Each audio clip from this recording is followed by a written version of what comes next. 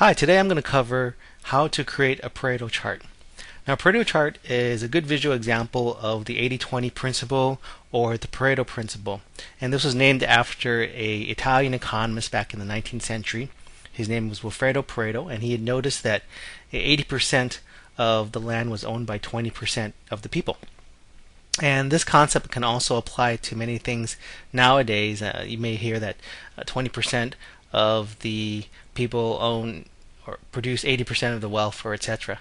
And usually this principle kind of applies pretty much around the ballpark of 20 to 80, 30 to 70, 40 to 60. But it's very useful concept to kind of understand what items cause most of the effects. So basically, 80% of the effects are coming from 20% of a cause of something. So we can use it in maybe like our daily life to see where most of our expenses are going to. So here is an example of a chart that indicates what our expenses are. Maybe these are daily expenses: rent, car payment, groceries, etc. And which items are basically the bulk of all our expenses. And we can see here as we go down the chart here from left to right with our most expensive or most costly expenses, we see that 80% of all our major costs are rent, car payment, and groceries. And so I'll show you how to create this graph in just a minute. Let's go to a new slide. Well, first let's kind of just copy some things here so it would make it a little bit more easy so we don't have to type everything up. I'll just put that over here, and maybe we will put some new amounts. Let's say we'll put them out there, and let me double click this to kind of auto fit that. Let's say our rent was $1,500. Our car payment is $500. Our grocery was $300. Our gas, now let's say that our gas is really expensive nowadays. We bought a big SUV, and now it's $400. Our mobile phone payment is $100. Our cable is $60.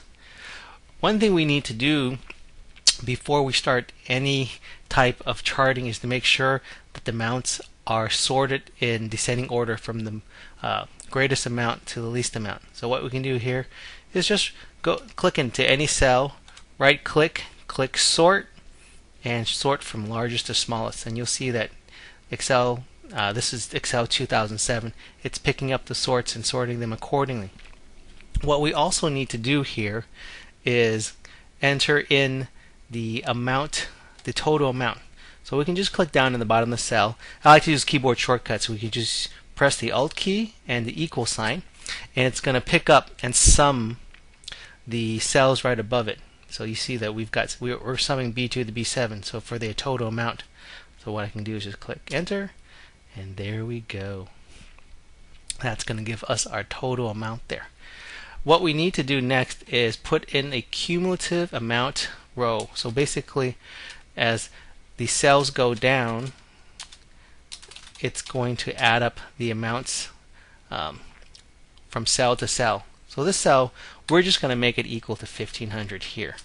But for this cell, the second cell here, we're going to need to add this amount, the car payment, plus the preceding amount. So we'll just go ahead and click B plus C2. And I like to press Control Enter to leave my box selected here where I took it. Now what we can do here is now we can grab onto the fill handle here and just copy it down. And what it's going to do is it'll copy the formulas down because they're not absolute formulas. There's no dollar signs above it. So once it gets copied down from one cell to the next cell, it'll just pick up the corresponding cells. And we see here, once it gets down to the bottom, it's added up all the amounts here, and that should equal to the total there, because that is the total. The next thing that we want to do is we want to we want to get a percentage of this to the total. So we can just label this column cumulative percent. We'll just give that a shortcut and double click that to autofill. And what we need to do is have this amount divided by the total.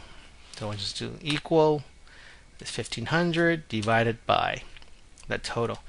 With the total, what we want to do is we want to lock down that cell, make it an absolute cell reference. So I'm going to go ahead and press F4 and make sure the dollar signs are in front of the B and the 8, the letter and the number.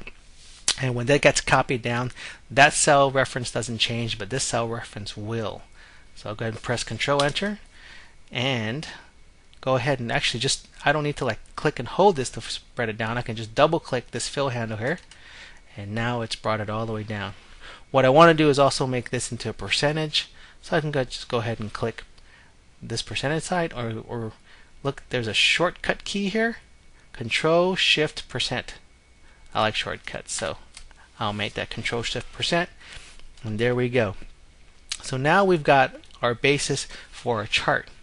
What I'm going to do is select my columns here, and I'll press the Alt F1 key. That automatically creates whatever default chart you have in your Excel application within this particular tab. So press Alt F1. We see we have a nice little chart here. So some of the things I can get rid of. I don't need this cumulative amount. So what I'm going to do is right click in the chart and go to select data. Once I select data, I'm just going to remove that cumulative amount. That's something I need for the chart. And once I've gotten that out of the way, click OK. But look, the cumulative percentage is nowhere to be seen because it's a percentage, and these are integers. So these numbers are probably very, very low. So how am I going to select that? Well, there's a couple ways, but there's an easy way here when we click into the Chart Tools Contextual tab. If we clicked on either the layout or format, we can go here in the current selection and select our cumulative percentage. That's our series. It's one of the series that we have. There's another way you can do it. When you click in the chart, you can use the arrow key, and as I press the up or down arrow, or maybe not a down arrow, we notice that in the current selection it selects the area. And so you can also notice that when that's being done, the area here, we can see the selection. So what we want to do for that when it's selected is we can just hover over it and right click, change chart series type. We want to change that to a line, and it's nice to have a line with markers so we see which parts are which percentage parts are a little bit more I guess visible. Click OK, and there we have our cumulative percentage. But we notice here, this cumulative percentage, it's all still down here. That's because what we need to do is put it on its own vertical axis. So this vertical axis is based on the integers. We need another vertical axis for the percentages. So I can go ahead and just right click again and go to Format Data Series and select Plot the series on a secondary axis. So it's going to put another axis here. See, now we've got our percentage axis. I really don't like these lines here, so I'm going to go ahead and just delete that. Just select it, right click, delete, or you can just press the delete key. I'll just press the delete key to get rid of that. Now we have this nice chart, and it's kind of telling us where about 80% of all our expenses, they're due to rent, car payment, and gas. It just gives you a nice visual cue. And now let's say that we want to kind of have an additional visual cue that just gives us a line where the 80% is. Well, what we can do is we can say, I can put a column here that says 80% marker, and just put 80% here, and just copy that down.